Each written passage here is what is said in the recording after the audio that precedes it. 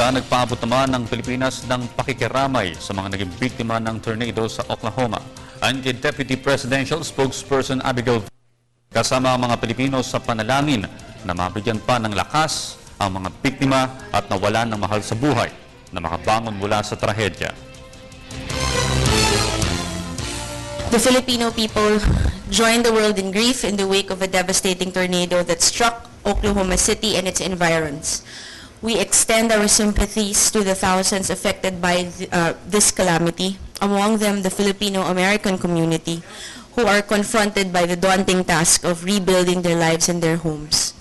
We are deeply saddened by the loss of young lives in this catastrophe, many of whom perished in a school where they sought refuge.